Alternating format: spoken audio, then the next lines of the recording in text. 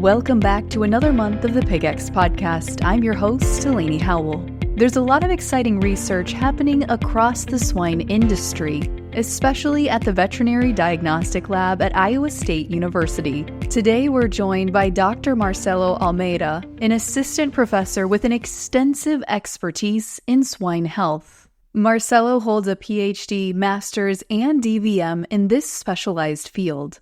In this episode, you'll not only hear about his background and how he selected this key focus area that's so relevant to veterinarians, producers, and industry professionals, but also insights from the VDL lab. We'll discuss some of the key diseases and issues currently being prioritized and how the lab is effectively communicating its findings to the industry. Let's start by diving into his impressive experiences. I am originally from Brazil, and that's where I got my DVM degree a long time ago in 2003. And then I had the opportunity to work for the Brazilian swine industry in a production company for about 2 years. Then took some time to do a master's in swine medicine in Brazil as well. And then had the opportunity to come to the US and did an internship with the mashups for a year before I went back to Brazil and worked for PIC for about 4 years, and then I went on to work for Merial, which is a pharmaceutical company that was bought by BI. I worked there as a swine services technical manager for about 3 years, and then I came to the US after that to work on my PhD, and that was in 2016. Did do a lot of work with PRRS epidemiology, working with Daniel Linhares on the PRRS surveillance in breeding herds. And then during that time, I did some parallel training in pathology. And in 2021, I joined the Iowa State University as a faculty, primarily in the VDL, serving the swine producers and mostly the swine producers and veterinarians out there, but also livestock species in general. And here we are. Fantastic. Thanks for sharing that background with the listeners of the PigX podcast. So as you think about some of the recent work you've been focused on really has centered around the idea of swine health diagnostic cases and collecting data there. So why did you decide to focus your research and attention so heavily on identifying these recent trends in swine health diagnostic cases? Yeah, I think it's working on the VDL, on the Iowa State Diagnostic Lab. I think we live and breathe every day these problems that the swine industry is facing. So our submitters, the veterinarians, they are trying to figure out what's going on in those populations, and then they submit it to us. So we have the opportunity to work with them in trying to understand what pathogens are implicating the health of swine in the country and how can maybe then help them best manage that, and also to detect them and diagnose it as fast as we can. So we here, all of our team, we believe that by providing that service to the veterinarians, we can contribute to a healthier population and therefore, help the pork production in the country. So that's the reason that we monitor all of these diseases and try to understand if there's anything that's really emerging and that would be a concern and maybe that needs more research done to, again, help on disease diagnosis, but also understanding the pathogenesis and ultimately how to treat and control those diseases and field conditions. How are you going about selecting what diseases to review based on the information and trends that you're seeing? Oh, that's a good question. So for the STRS group, they work with a selected group of pathogens, and that's the aggregate data of all of those different labs that I mentioned.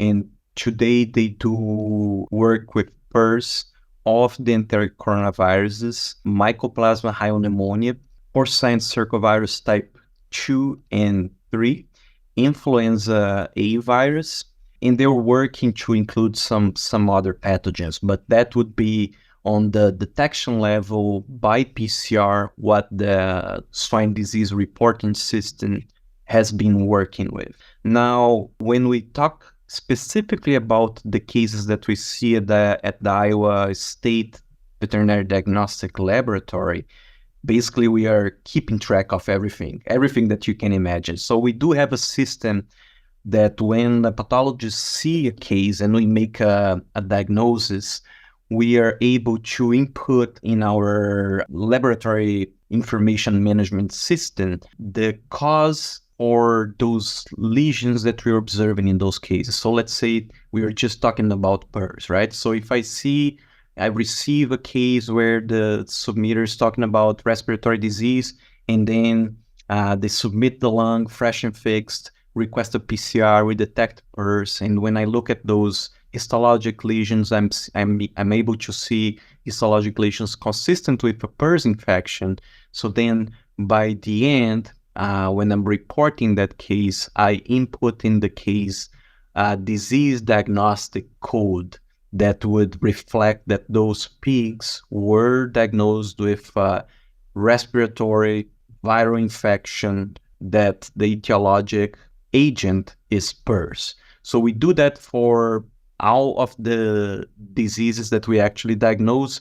So you can just name it. So it could be PRRS, influenza, Mycoplasma hyphal pneumonia, E. coli, rotavirus, enteric coronavirus, sapovirus, coccidiosis, mulberry heart disease, so Lawsonia intracellularis, so a number of different diseases. And then by keeping an eye on all of those, we are able to understand if the trends are going up or down, and if they're going up in a scale that is outside of the predicted models, we're also able to have that signal, and that can lead us to do a more in-depth investigation with our submitters to understand the reasons why those pathogens, why we're seeing spikes at the lab, right?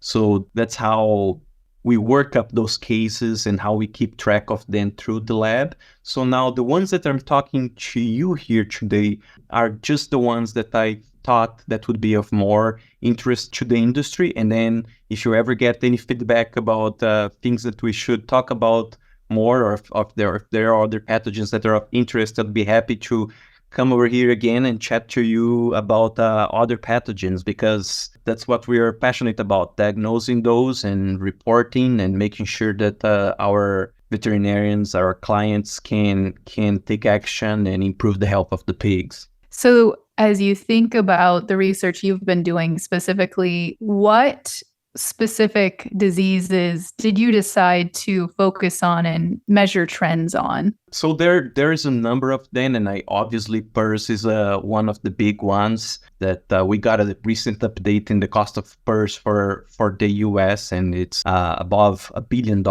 per year per doctors Holdkamp and Henry Osemeki. And so, there's always eagerness to understand what PRRS has been doing and how it has behaving. Some of the other ones that we have been monitoring, one of the ones that I work very closely with is E. coli in post-weaning pigs, which has been an issue in the last few years for the swine industry. And then some of the emerging pathogens that we have been seeing, like astrovirus 4, which has been associated with respiratory disease in pigs. Also, just in general, the enteric coronaviruses, the rotaviruses, and some among others. There's so many that's kind of hard to narrow down. Another one that there's a lot of interest is sapovirus, that also causes enteric diseases in pigs, both at suckling period but also post-weaning. What are some of the other diseases you and your team are looking into? Yeah, maybe I'll just mention some of the other diseases that we have recently diagnosed here. So I mentioned briefly about the astrovirus 4, and the history behind this astrovirus 4, which causes respiratory disease, is that we have seen some lesions in lungs of pigs that are having respiratory disease that just look like influenza A virus, but we would do the PCR and those PCRs would come back negative. And then some of the veterinarians that we work with in the field, they would say, hey, I've been trying to understand what's going on in this population, and you guys are telling me that this looks like flu, but I can never find it. And I've sent several samples to the lab, and we've been trying to find, and it's never flu. So a few of our diagnosticians here, this project was led by Dr. Mike Ray in conjunction with Dr. Rachel Dershide. And what they did was to get some of those samples that had those lesions and do some next generation sequencing. And they found astrovirus 4 in that sample. And they developed then a direct detection method to label astrovirus 4 genetic material within those lesions that we were observing. And then what we saw there is that really astrovirus 4, we could associate the pathogen with the lesion that we were observing. And ever since that time, they got some funding from the Swine Health Information Center and did some evaluation of the cases that we've had here at the lab, which fit that criteria of looks like flu, but flu was tested, influenza was tested, and it was negative. And they observed that about 2/3, a little bit or more than 2/3 of those cases were actually positive for astrovirus 4, and they are now in the process of trying to reproduce disease. But this has been now establishes as important differential for respiratory disease in pigs, especially when you think that the pigs, they look like they have flu symptoms, and if you're not finding that, astrovirus 4 should then be on your differential list for the next steps. I think one of the other things just to mention here, the enteric pathogens, I mentioned E. coli a couple of times, and what has happened is that about in 2019, we started to observe a higher number of cases diagnosed with E. coli in pigs post-training, and that the number of cases peaked at our lab in about 2021. But for the last couple of years after that, so in 2022 and 2023, the cases decreased a little bit, but they remained historically higher than what we observed, let's say, 5 or 10 years ago. And when you talk to any veterinarian today, you're going to quickly see that this actually is in agreement with what's happening in field conditions. So we've had a lot of challenges with E. coli. When we look at the lab data, we see that, again, 10 years ago, about 50% of those cases were due to F18 E. coli, and 50% of them were due to K88 E. coli, and those are two different fimbrial types that E. coli can have in pigs post-training. But in recent years, when we saw this increasing number of cases, we have seen a dominance of the F18 fimbrial types E. coli in those cases. So there was a shift in the industry, and that's what we're trying to investigate in my research here, why that happened and how we can understand the reasons for that shift and hopefully prevent that disease a little bit better in the future. And just to touch a bit on another different enteric pathogen that we have known about it for about maybe 40 years at this point, which is called sapovirus, which is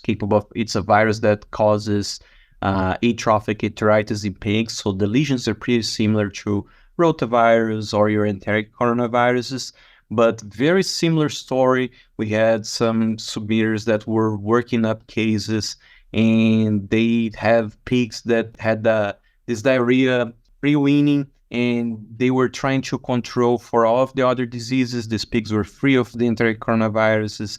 They were putting control measures to control enteric coccidiosis. They also had vaccination in place for rotavirus, and the diarrhea was still happening to the levels that the submitter was still concerned. So another team here, led by Dr. Eric Burrow and Dr. Phil Gauger, did some investigation and found this sapovirus was the cause of the disease in that case. And ever since we observed that, we also have seen an increase in number of cases diagnosed here at the Iowa State Diagnostic Lab.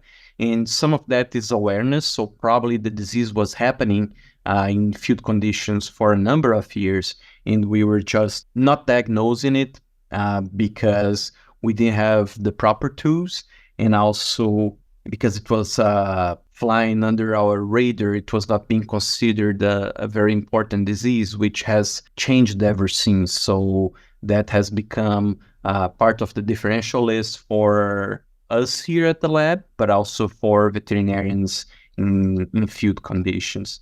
And like we mentioned before, there are a number of other pathogens that we keep monitoring, but I feel like those would be the interesting ones to bring up today to your audience, and hopefully if there's interest about any of the other pathogens that we diagnose here at the lab, we can come back and talk a little bit more about that as well. Could you go into some high-level trends you found within some of the other major diseases? Yeah, so it's interesting talking first about PRRS. It seems that at least on the detection level, just talking about PCR results, and again, this is aggregate data from the Iowa State VDL, University of Minnesota, South Dakota State University, Kansas State University, the Ohio State Lab, and also the Purdue Lab. So what that shows is that overall, there seems to be decrease in detection trend by PCR when we look at the years 2022 and 2023. And that was initially true in 2024 as well. So if we look at how the virus behaves, always a little bit higher detection during the cooler months. So in the beginning of the year, we were expecting to see a higher detection trend, but it was actually kind of on the lower end of the spectrum that you expected to detect, but still within those limits of expected numbers that would see in all of those VDLs. And then recently here during the summer months, that detection went down.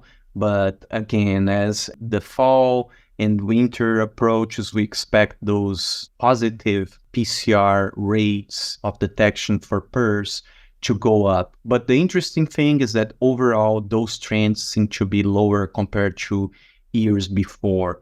Now, one of the interesting things is that there has been a lot of interest in understanding if those viruses that are being detected, if they are wild type viruses or if they are vaccine viruses. So there's been a lot of sequencing being done in the past few years. And with that, we have information about the lineages of those viruses and also the RFLPs of those viruses.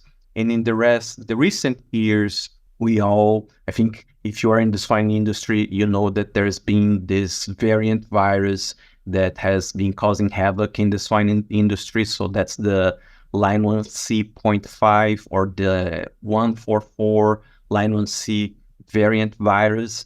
And that is overall the one that is most frequently sequenced in all of these different labs that are contributing to the SDRS. And so that's the one that's around, right? So that's the one that's moving around the country, and it's causing a lot of losses for the swine industry. And besides that, we have another one that's the line 1A virus, a 174 RFLP pattern. That would be the second most detected or sequenced. And more recently, we have seen an uptick in detection of this line 1C.2 virus, which has become even sometimes, depending on the state, the most second detected behind the line 1C.5 virus.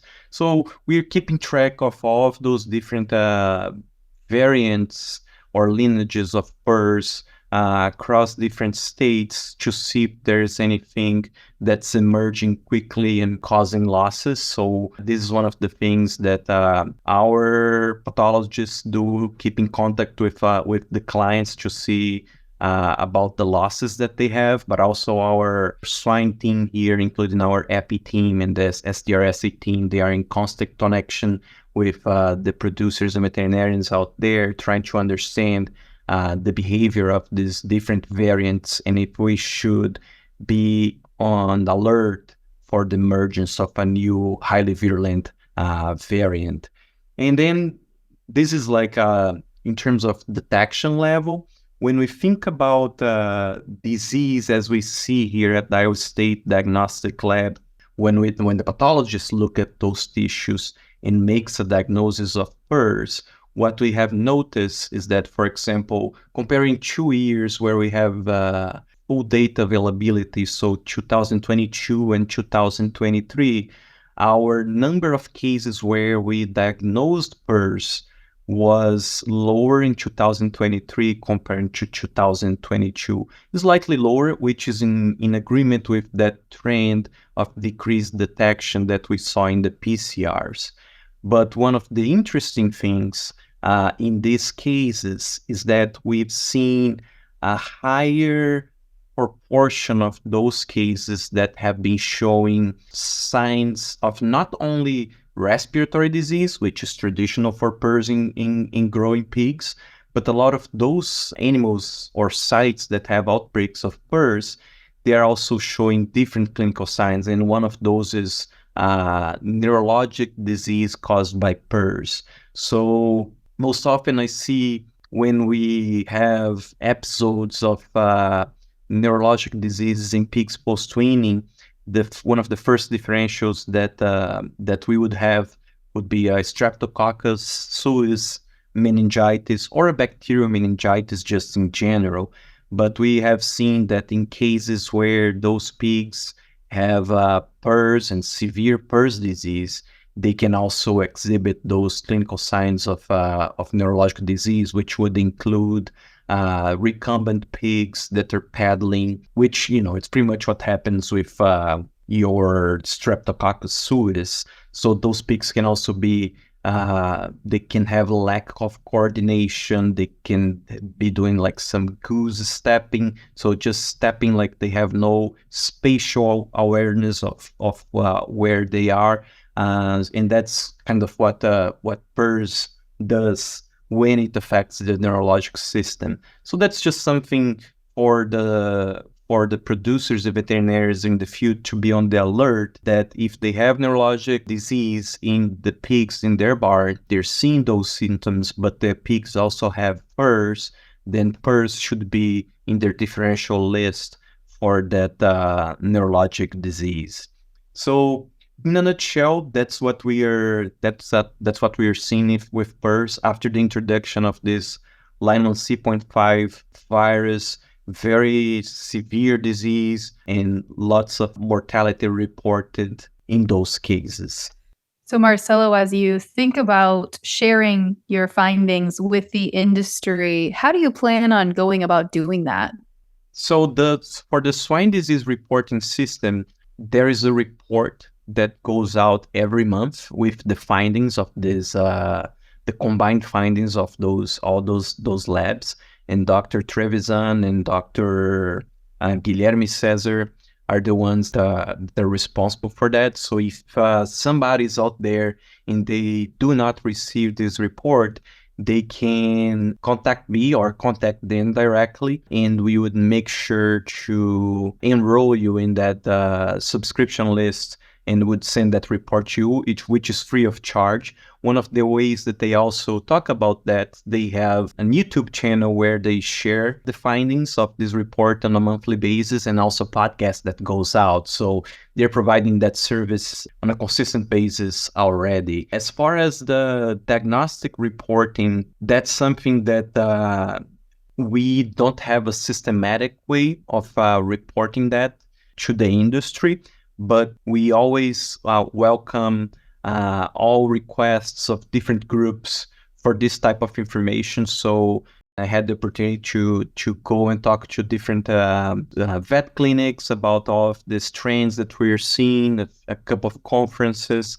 So we try to go out and spread this information as much as we can, but there isn't like a place where you can go today to see that. And eventually, then there are some publications that we work on here as a lab that will talk about trends of specific pathogens. So just to mention One, we had Dr. Ana Paula Poeta that published some trends on the diagnosis of Streptococcus suis, Mycoplasma hyorinus, Cinebacillus suis, and Glasserella parasuis. She was working at that time with Dr. Maria Clavijo on her PhD, and that has been published. So every now and then we're going to do some very in-depth analysis of these trends that we see at the Diagnostic Lab and publish that in the peer-reviewed journals out there. Right now we're preparing something on E. coli. So that's the way that we've been trying to get this information out. And as you think about how the industry goes about using this information, you mentioned that people could request a copy of your report, but when they're sifting through that report or they're hearing you present at various events, what's maybe that kind of take-home message or way that you want the industry to use this information? Well, first thing, I think it's always interesting to, if you have the opportunity to get your hands on some of this information, it's always good to, if you have questions, to reach out to the lab, and then you can talk to me or any of the other pathologists that here at Iowa State that work on a daily basis with diagnostics here, then they could help you try to understand the context of how this information is generated, right? Because what we don't want is that this information is extrapolated in a way that would be not the correct way maybe to think about this. Like I mentioned in the beginning, we're talking about how this is just a laboratory data, so it's not the prevalence data. It could reflect what's happening in the industry, but it's, again, subjected to a number of biases that we have to think about before we put this information to use. So one of the ways that we want people to take this is to understand what's happening, or seeing what's happening at the lab as a whole and compare to the information that they're seeing at their own clinics or states to see if it makes sense. And then based on that, they can change, for example, their differential lists based on things that the lab has been seeing, if it fits the criteria and the case definition of these sick pigs that they're seeing in field conditions.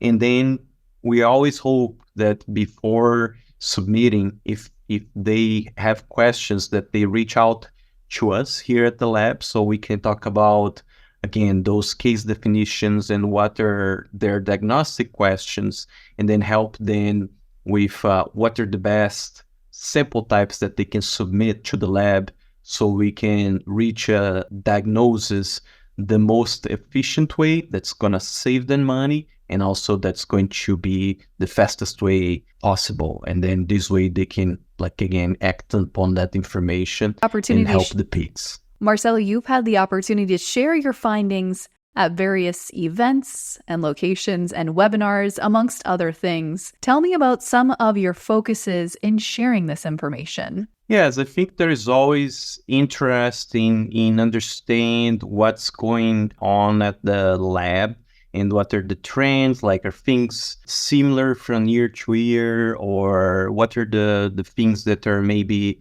becoming more prevalent during the winter months in opposition to the summer months. So that kind of helps prepare the producers and veterinarians. They're prepared themselves for maybe some of the seasonal diseases, or understand if there are any new pathogens that they should be concerned about.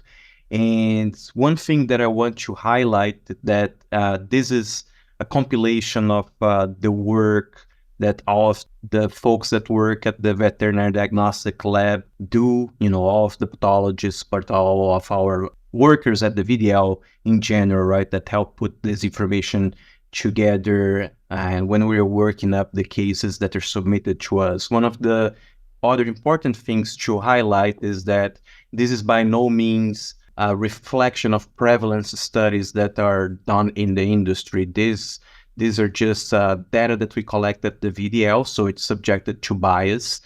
So we should not assume that this is a study of prevalence of diseases in swine in the US. And I think the other group that I would like to acknowledge is the swine disease reporting system that's led by Dr.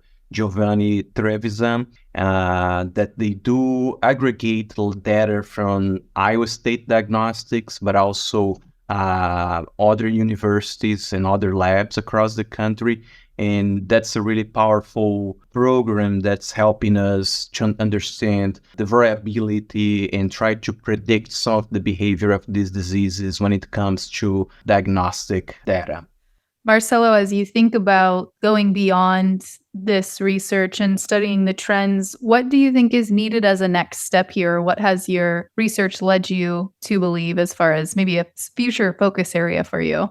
Yeah, I think our role maybe here at the lab is by generating that data is in putting this information out is to generate some awareness about some of the important things that we're observing here. So PRRS obviously is one of those things. E. coli popped out as one of these important things here in the recent past as well. And once we do that, and if that's in agreement with what the veterinarians are observing in field conditions, then there are two things that can happen, or two different ways that this can be tackled, right?